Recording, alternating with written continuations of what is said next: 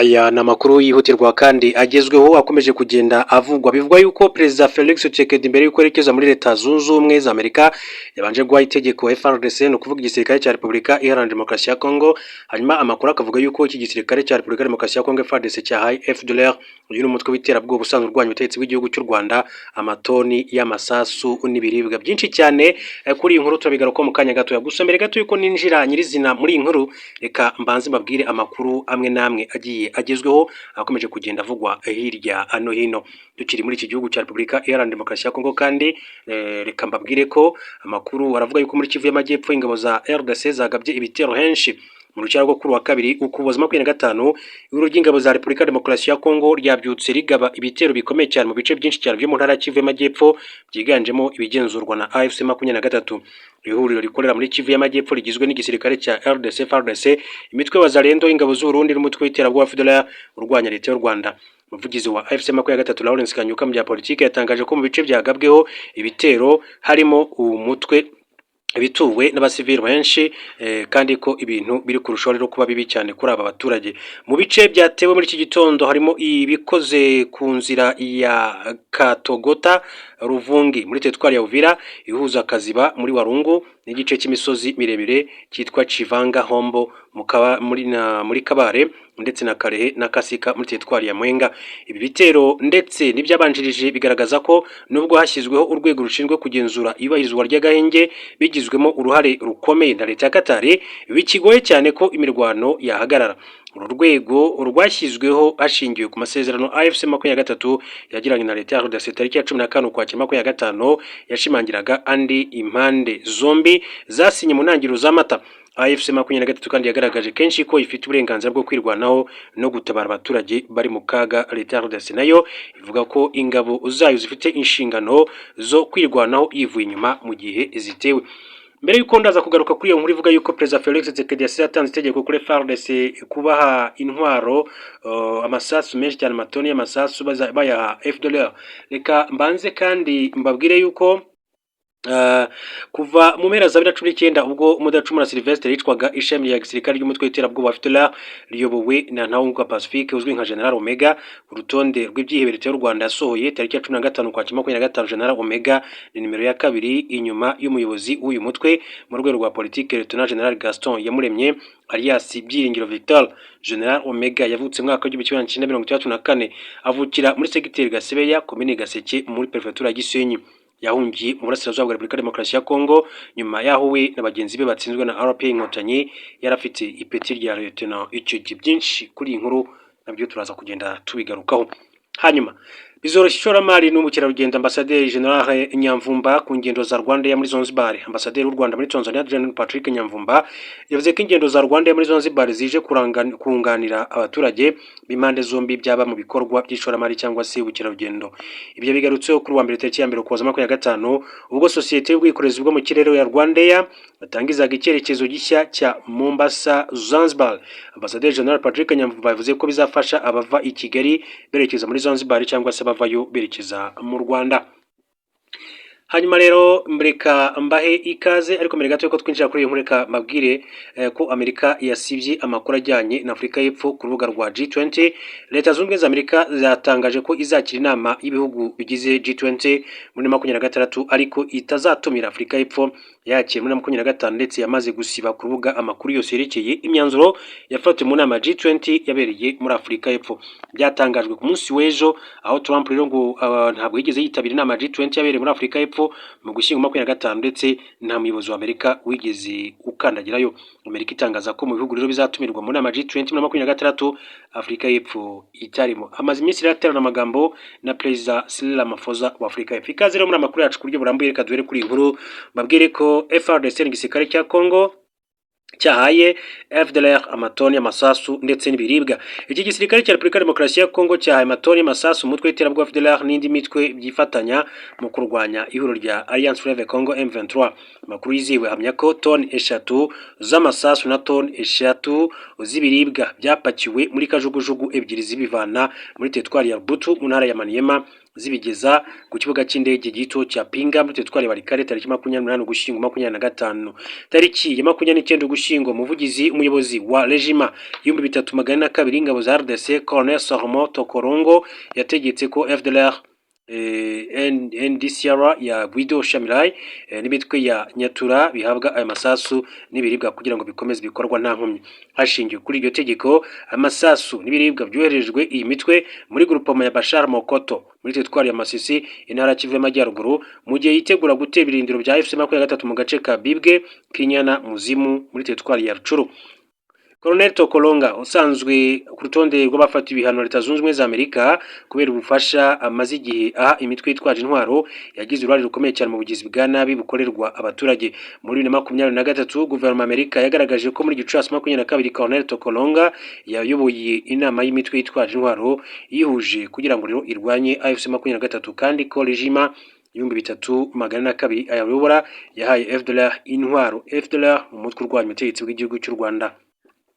Uyu musirikare hamwe n'abandi baofisiye bo mu gisirikare cya RDC bakomeje gufasha FDLR n'indi mitwe mu gihe u Rwanda na Repubulika Demokarasi ya Kongo biteganya kugirana amasezerano ku munsi w'ejo bundi ku itariki ya 4 Ukuboza yitezweho kuzana amahoro arambye mu karere. Mu by'ingenzi u Rwanda na RDC byemeranyije harimo gusenya FDLR burundu kuko ibi bihugu n'umuhuza Amerika byagaragaje ko uyu mutwe w'iterabwoba ari ikibazo mu mutekano w'akarere kose. Leta y'u Rwanda nihwema kugaragaza ko igisirikare cya RDC gikomeje gukorana na FDLR no kuyibufasha kugira ngo rero irusheho kugira imbaraga aho gusenyuka. Bibutsa ko rero uyu munsi perezida w'igihugu cy'urundi perezida Neva perezida Evariste Ndayishimiye yamaze kugera i Washington DC muri Leta Zunze Ubumwe za Amerika nyuma yaho ahawe ubutumire na Leta Zunze Ubumwe za Amerika ko nawe agomba kuzaba umuhamya w'aya masezerano kimwe na perezida Samoei Ruto wa Kenya nk'umuyobozi w'umuryango wa Afurika Iburasirazuba. Mu rukerera rwo kuri uyu wa kabiri nibwo rero witwa Neva yazindutse rwose mu rukera kare yerekeza muri Leta Zunze Ubumwe za Amerika aho rero abiteganyijwe ko rero aguma no guhura n'abarundi rero ba muri iki gihugu cya Leta Zunze Ubumwe za Amerika. Reka mbabwire kandi ko mu rukera rwo kuri wa kabiri Ukuboza 25 ku mirongo y'urugamba muri RDC bivuga ko ihuriro ry'ingabo za Repubulika Demokarasi ya Kongo ni coalition igizwe na FARDC, FDLR, ingabo z'u Burundi ndetse n'umutwe wa Wazalendo bivuga ko rero babyutse bagaba ibitero bikomeye cyane mu bice byinshi cyane mu ntara ya Kivu y'Amajyepfo byiganjemo ibigenzurwa na AFC23. Iri huriro rikorera muri Kivu y'Amajyepfo rigizwe n'igisirikare cya FARDC, imitwe ya Wazalendo, ingabo z'u Burundi n'umutwe w'iterabwoba FDLR urwanya Leta y'u Rwanda. Umuvugizi wa AFC23 mu bya politike Lawrence Kanyuka yatangaje ko mu bice byagabweho ibitero harimo ibituwe n'abasivili benshi kandi ko ibintu biri kurushaho rero kuba bibi cyane kuri abaturage. Mu bice byatewe muri iki gitondo harimo ibikoze ku nzira ya Katogoto Ruvungi muri teritwari ya Uvira ihuza Kaziba muri Warungu n'igice cy'imisozi miremire cyane cyitwa Chivanga Hombo mu karere ka Kalehe na Kasika muri teritwari ya Mwenga. Ibi bitero ndetse n'ibyabibanjirije bigaragaza ko nubwo hashyizweho urwego rushinzwe kugenzura ibahirizwa ry'agahenge bigizwe mu ruhare rukomeye cyane na Leta ya Katari bikigoye cyane ko imirwano yahagarara. Uru rwego rwashyizweho hashingiwe ku masezerano AFC23 yagiranye na Leta ya RDC tariki ya 14 ukwezi kwa 2025 yashimangiraga ndi impande zombi zasinye mu ntangiriro no kuba mu ntangiriro z'ukwezi kwa 4. Alliance Fleuve Congo M23 yagaragaje kenshi ko ifite uburenganzira bwo kwirwanaho no gutabara abaturage bari mu kaga. Leta ya RDC nayo ivuga ko ingabo zayo zifite inshingano zo kwirwanaho yivuye inyuma mu gihe zitewe n'uyu mutwe wa 23. Hanyuma rero mu yandi makuru akomeje kugenda avugwa reka tuganire babwire ubuhamya bw'umurinzi wa General Omega nimero ya 2 mu banyarwanda bibyihebe. Bibutsa ko kuva mu mpera z'ukwezi kwa z'umwaka wa 2019 ubwo Mudacumura Sylvestre yicwaga ishami rya gisirikare ry'umutwe w'iterabwoba wa FDLR riyobowe na Ntahunguka Pacifique uzwi nka General Omega ku rutonde rw'ibyihebe Leta y'u Rwanda yasohoye tariki ya 15 Ukwakira 2025. General Omega ni nimero ya 2 nyuma y'umuyobozi wiwe w'uyu mutwe mu rwego rwa politike Lieutenant General Gaston Iyamuremye alias Byiringiro Victor. General Omega yavutse mu mwaka wa 1964 avukira muri segiteri Gasebe ya commune Gaseke muri prefecture ya Gisenyi. Yahungiye muri Burasirazuba bwa Repubulika Demokarasi ya Kongo nyuma yaho we na bagenzi be batsinzwe na RPA Inkotanyi. Yari afite peti cyo gihe rya Lieutenant. Tuyubahe Innocent umaze hafi imyaka 2 atashye mu Rwanda yabaye murinzi wa hafi wa General Omega kuva 2013 kugeza 2022. Bimukana mu bice byinshi cyane ubwo bahungaga ibitero by'abarwanyi bamama M23 barwanya ubutegetsi bwa RDC yasobanura itangazamakuru byinshi cyane ku mibereho ya General Omega mu mashyamba. Nubwo rero ubuyobozi bwa RDC buvuga ko abarwanyi ba FDLR cyane cyane abayobozi bayo bashaje, Tuyubahe Innocent avuga ko General Omega we agifite imbaraga, ati afite imbaraga nta nubwo ari muremure ni mugufi, ati araringaniye rwose. Muri rusange General Omega ati ni umuntu udasanzwe n'izindi nyeshyamba ngenzi ze, ati kuko ntawe apfa kwizera. Ibi rero bituma rimwe na rimwe afata icyemezo cyo kuzenguruka mu kigo cya gisirikare agenzura ibyo atekereza ko bishobora rero kuba bitagenda neza, byaba ngombwa agafatira telefone z'abarwanyi kugira ngo rero arebe abavugana nabo mu Rwanda. General Omega mu buzima bwe ni umuntu udasabana, ati n'abamurinda muri Etat Major ntabizera, nta muntu n'umwe wabona ari gusabana nawe, ati ni umuntu uba ameze nkaho afite umujinya igihe cyose, ntabwo aba atuje, agenda azenguruka asa n'ufite ibibazo akongera kandi agasubirayo. Ati habaga igihe rero adutunguye n'amatelefone akayatwaka akagenzura nimero ngo arebe abo tuvugana nabo mu Rwanda, aba agira ngo rero arebe niba hari nimero zo mu Rwanda muvugana. Niko rero Tuyubahe Innocent yabisobanuriye. Bajyaga bibaho ko bamwe mu barwanyi ba FDLR bashakisha nimero za telefone zabo mu miryango yabo baba mu Rwanda kugira ngo rero bavugane, ati ku buryo rero bakwitegura gutaha. Hari n'abo General Omega yafashe abafatira ibihano birimo kubimurira mu kindi kigo cya kure, gukubitwa inkoni ziri hagati ya 200 na 300 cyangwa se kwicwa. Ati niba rero mwabanaga aho ngaho mu kigo ahita kwimurira mu yindi batayo, akavuga ngo wazavamo umuntu umugambanira, ahita rero agutanga ukajya kure ku buryo rero mutazongera no guhura, ntabwo rero habura n'inkoni 200 cyangwa se 300. Uyu witwa Tuyubahe Innocent yasobanuye ko nawe yafashe bigaragara ko yavuganaga na bashiki be icyo gihe mu kigo cya FDLR habaye inama y'itangaza yari yobowe na General Omega, amubaza niba mu byo yavuganye nabo mu muryango we hatarimo gahunda yo gutaha, arabihakana ndetse aramwumvisha amajwi y'ibiganiro bagiranye. Ngo Omega yabwiye Tuyubahe Innocent ko amahirwe yagize ari uko yamurindaga, kuko iyo bitaba ibyo yari kwicwa, ariko ntiyamuretse gusa ngo kuko yategetse ko akubitwa inkoni ya 300 yamburwa na telefone yavuganiyeho n'abashiki be. Iyo General Omega ahamije ko hari umurwanyi wa FDLR umugambaniye amucira urwo gupfa, ariko siwe umwirasira kuko ntabashaka ko abari mu kigo bamenya ko yishe umuntu. Tuyubahe rero yagize ati we ukuntu abikora kugira ngo rero bitagaragara mu basirikare ko ari kwica ari kubica, we aragutuma akareba nk'abasirikare babiri akababwira inzira uzanyuramo, ati ngwino gutume, ati mu kigo runaka uzagenda wenyine, ati nibanga, akaguha ibipapuro, ati bijyane nkazakaza roho cyangwa se ahandi, noneho rero wabageraho mu nzira bakakurasa, ati bakavuga ngo wahuye na banyatura cyangwa se ba mayimayi nibo bahise bakwica.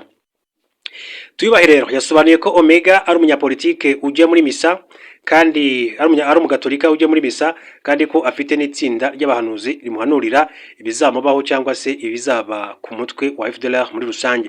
Ati wari uzi ko turi i Paris mu Bufaransa ikigo cya FDLR kiri irucuro yari afite groupe, ati yari afite groupe irimo n'uyu Chantal, ati yari umuhanuzi we n'undi bitaga Francine, umushumba wabo witwaga Murume yarapfuye twenda kuva i Paris. Nizane Marie Chantal uvugwa na Tuyubahe ni umwe mu barwanyi ba FDLR bafashwe n'umutwe witwa Ntwara wa mama 23 ubwo bari muri Rucuro. Yatashye mu Rwanda ahabwa amahugurwa na komisiyo y'igihugu ishinzwe gusezera no gusubiza mu buzima busanzwe abari abasirikare. Ni kenshi FDLR itegura ibitero byaba ibyo kugaba mu Rwanda cyangwa se guhangana n'imitwe yitwaje intwaro ikorera mu burasirazuba bwa RDC. Mbere yo kubitangira rero abahanuzi bayo bakora amasengesho kugira ngo rero Imana ibereke niba bazatsinda. Tuyubahe ati baragenda, ati ngo bagiye kubaza Imana uko barwana, ati nuko biragenda, ati bakunda gusenga rero nijoro nko mu masaa 9 saa 6, noneho iyo bavuye rero guhanura amategeko babahaye niyo bashyira mu basirikare. Abahanuzi ba FDLR barizerwa cyane, ati ku buryo bashobora no kwicisha umuntu cyangwa se bakamukiza. Tuyisabe yasobanuye ko igihe umuhanuzi yashoboraga rero kuba yashwanye n'umurwanyi yashoboraga kubeshya Omega ko yabonye ari umugambanyi. Ati kuko rero nk'umuhanuzi mwabaga mwashwanye agahita aravuga ngo iriya ntama ntabwo imeze neza muyikure mu zindi, bagahita bakwica, wenda ari uko rero wanze kumwakira ibikapu bagiye rero mu butumwa agashaka rero inzira aza kwicishamo.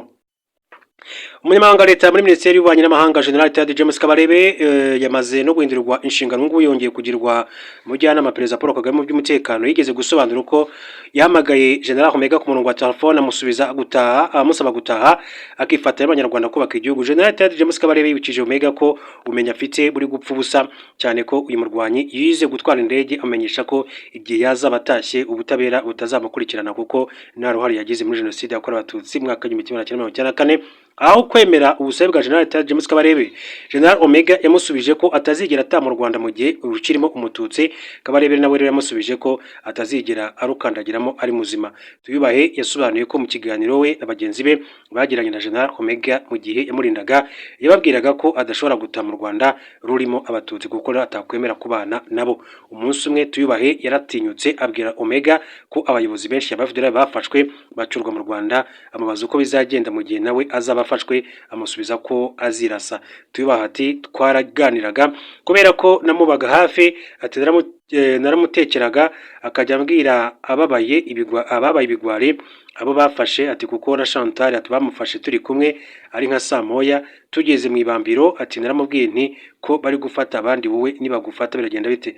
Ati ugize umwaku rero ugafatwa, ati njyewe nahita nirasa. Ni byinshi rero. Ni kenshi FDLR yateguriwe ibitero byaba ari ibyibasira ibigo bito byayo cyangwa se ibirindiro bikuru.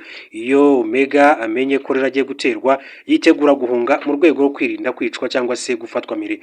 Tuyubahe rero yasobanuye ko ikigo cya Paris Omega yamazemo igihe kirekire muri teritwari ya Rucuro cyarimo abarwanyi ba FDLR bari hagati y'ijana 20 na 50, ariko iyo yahungaga yajyanaga n'abarinzi be ba hafi bake, abandi bagahunga ukwabo. Ati ntabwo rero ahungana n'abandi. Ubwo habaga operation ati baje gutera mu gace kacu, yafataga abarinzi be bakagenda nk'amasaha 2 mu ishyamba. Abarinzi be babaga rero ari 12, ntabwo barenga, akongeramo nabo bakobwa rero b'abanyamasengesho ubwo bari kabiri, bari babiri.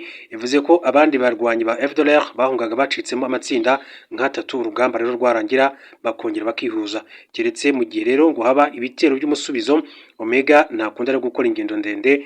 Tuyubahe yasobanuye ko mu gihe yabaga i Paris yakoraga urugendo rimwe mu mwaka ajya gusura ibigo by'abarwanyi ba FDLR kugira ngo rero abatere akanyamugabo.